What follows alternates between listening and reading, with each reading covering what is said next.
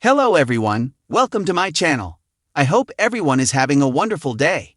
Before starting the video, please go ahead and hit the subscribe button, and give this video a like up. WWE Crown Jewel 2025 is officially in the books, and fans around the world have not been able to stop talking about it. The premium live event featured some of the most incredible showdowns that ended up making headlines all around the globe, and the aftermath is now set for Raw, which is set to emanate from Perth. Crown Jewel changed the landscape of the company. From the quarterback of WWE losing to the World Heavyweight Champion, to the Bloodline story once again stealing the spotlight, the PLE sowed seeds for a number of new storylines and matches in the future. After some incredible performances, several superstars had their heads up high walking out of the arena, regardless of a win or a loss. However, some of them were completely buried at the PLE, and would need a lot of work to do in order to get back in the position that they were in. Let's check out a few names that the game ended up burying at the PLE. The Kabuki Warriors battled the team of Ilo Sky and Australia's own Rhea Ripley at Crown Jewel. While millions around the world already knew how the match would turn out, considering Ripley's involvement in the match, it ended up being a disaster for Asuka and Sane.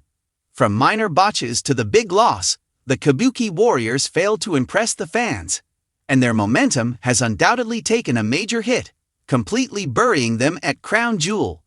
The OTC Roman Reigns walked in at Crown Jewel with confidence, with the Australian crowd turning on their own star, Bronson Reed, to root for Reigns' victory. The latter had everything on his side. However, just as everyone expected, the Australian street fight featured a number of interferences. From Braun Breaker making his way out to the Usos making their presence felt, the match turned into chaos for a few minutes. However, the ending moments of the battle stunned the world when Jey Uso accidentally speared Roman Reigns through the table, which helped Bronson Reed pin the OTC. This was a major setback in Reigns' momentum, and ended up burying him at the PLE. The WWE Women's Champion Tiffany Stratton went face-to-face with the Women's World Champion Stephanie Vaquer at Crown Jewel. With the Women's Crown Jewel Championship on the line, the match had millions around the world on the edge of their seats, waiting to witness the action unfold between both champions. Stephanie Vaquer ended up with a victory in the match, and continued her incredible ride that she has been on. However, the victory for Vaquer ended up burying Stratton, and the latter now needs some big feuds to get the spotlight back on her following Crown Jewel. The American Nightmare Cody Rhodes walked in as the inaugural Crown Jewel champion, trying to make history by continuing his reign and dominating as the quarterback of the company. However, the undisputed WWE champion couldn't keep his momentum running during his match with the World Heavyweight Champion Seth Rollins. While Rhodes made some bold statements throughout the build-up to the match, the visionary ended up making headlines with his performance. From a coast-to-coast head-up to kicking out of a crossroads from the top rope, Rollins completely delivered a stellar performance and left the world stunned. After pinning Rhodes, Rollins not only became the WWE Crown Jewel champion, but indeed proved why he deserved to be the top guy of the company. And the fact that Rollins didn't take help from Braun Breaker and Bronson Reed ended up making the victory even sweeter. With a new era ushering in, time will tell what WWE has in store for the stars next. Ishan writes for the WWE vertical at Sportskeeda. While he is a finance student, Ishan is an avid pro wrestling fan, which has led him to pursue a career in sports journalism. Before joining Sportskeeda, Ishan worked for various renowned websites such as GiveMeSport and Fansided, and has nearly 3 years of experience. He relies only on credible sources like Cage Match when reporting on a topic. Ishan cross-checks his work multiple times to ensure it is factually correct. Ishan's favorite pro wrestler is Seth Rollins.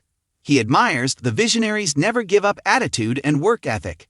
In fact, it was the Shield's memorable WWE debut in 2012 that got him hooked on sports entertainment in the first place. Ishan would love to interview Rollins someday.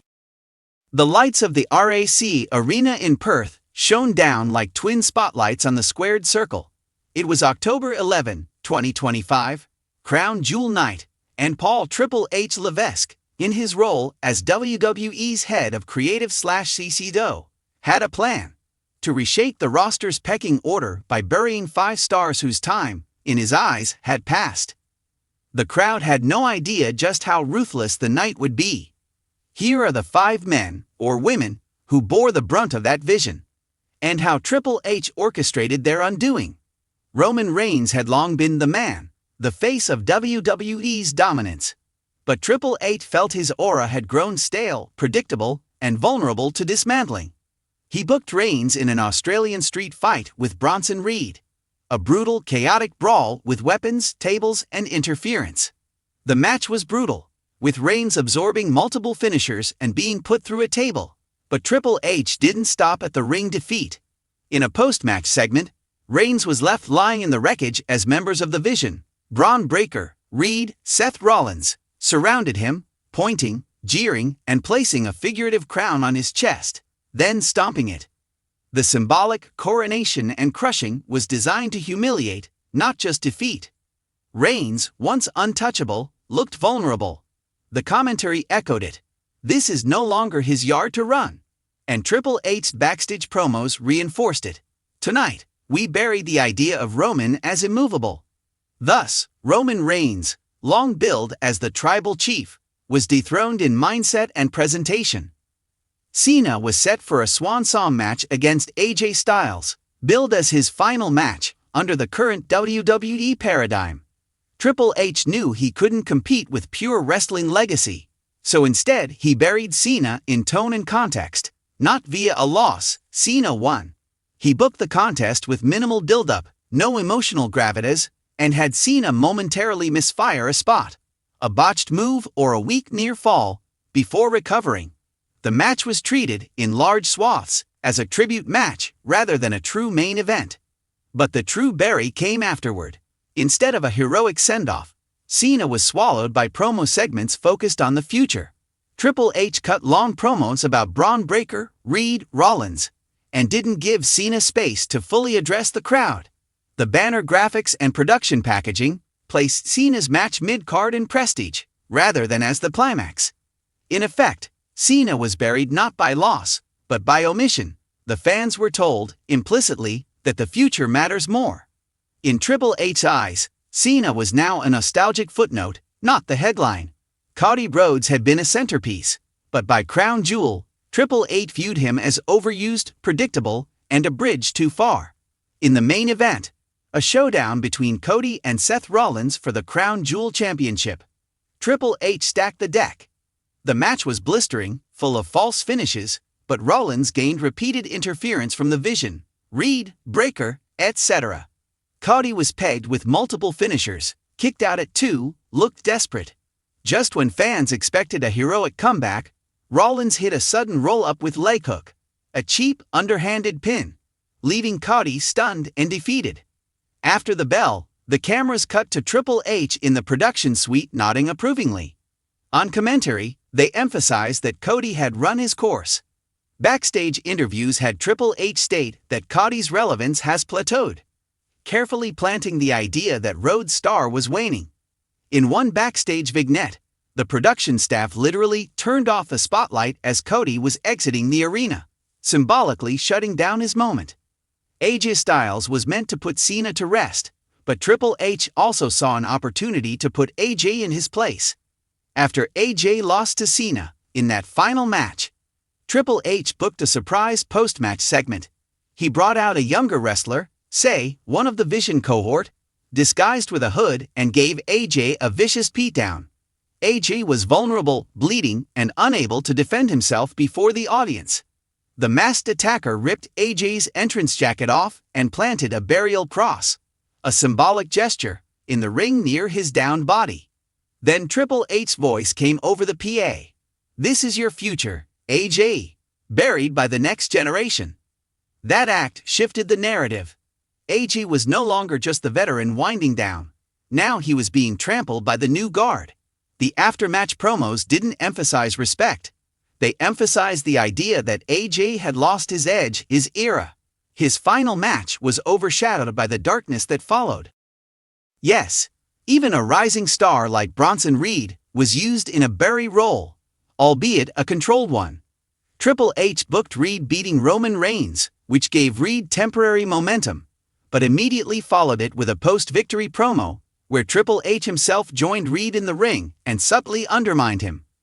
In that moment, Triple H announced that Reed's win was impressive, but not enough. He reminded Reed, live on Mick, that true greatness demands consistency, adaptability, and overcoming more than one victory. He contrasted against other names who had multiple runs, cautioned Reed not to think this victory means he's untouchable. He even demanded Reed accept a handicap match next week. In effect, Triple H planted seeds of doubt around Reed's legitimacy. The publicity framing after Crown Jewel spun that Reed's win was tainted by vision interference and a one-night fluke. Thus, Reed was buried even in victory, held back from ascending fully. The brilliance or cruelty of Triple H's approach is that not all burials were losses.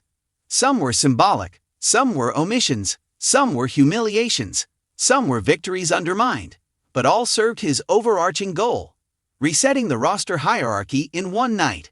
The old guards, Reigns, Cena, Rhodes, AJ, were dethroned, trimmed, or sent off. The new guard, Rollins, Breakker, Reed, got the aura of dominance and unpredictability. The commentary teams and backstage promos mirrored the booking. After Crown Jewel, the recurring themes were, "Tonight gave permission to bury anybody. Nobody is safe. We will not live in the past, the future starts now." Triple H's character, as on-screen/off-screen creative, was painted as ruthless. In his closing promo, he stood in the ring under dark lighting and said, "You all thought tonight would be another show. But tonight was the funeral for your old heroes. The new stars have been born. And this ring, this world, belongs to them now." Reigns pivoted into a redemption arc, trying to claw back his status, but always bearing the weight of that night's humiliation. Cena, though retired soon after, had a muted reception, his legacy moment overshadowed by the new generation. Cody Rhodes dipped into self-reflective promos, questioning whether he had been misused or miswritten. AJ Styles walked away wounded, both physically and reputationally. He was no longer the phenomenal one, but someone who got drained by the pack. Bronson Reed, despite his bury-in victory, used the publicity to fuel his character, repeatedly referencing how Triple H's caveat drives him. The long-term effect: the roster's pecking order was altered. The perception in media, on social platforms, and in WWE programming was that Triple H had the power to elevate or bury at will.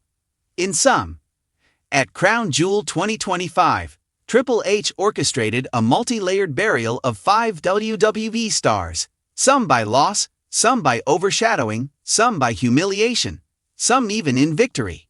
His goal was not just to win matches, but to rewrite the narrative, shift allegiances, and realign the audience's focus. The event became known backstage as Levisk's Massacre, a single night intended to reset the order of the WWE Universe.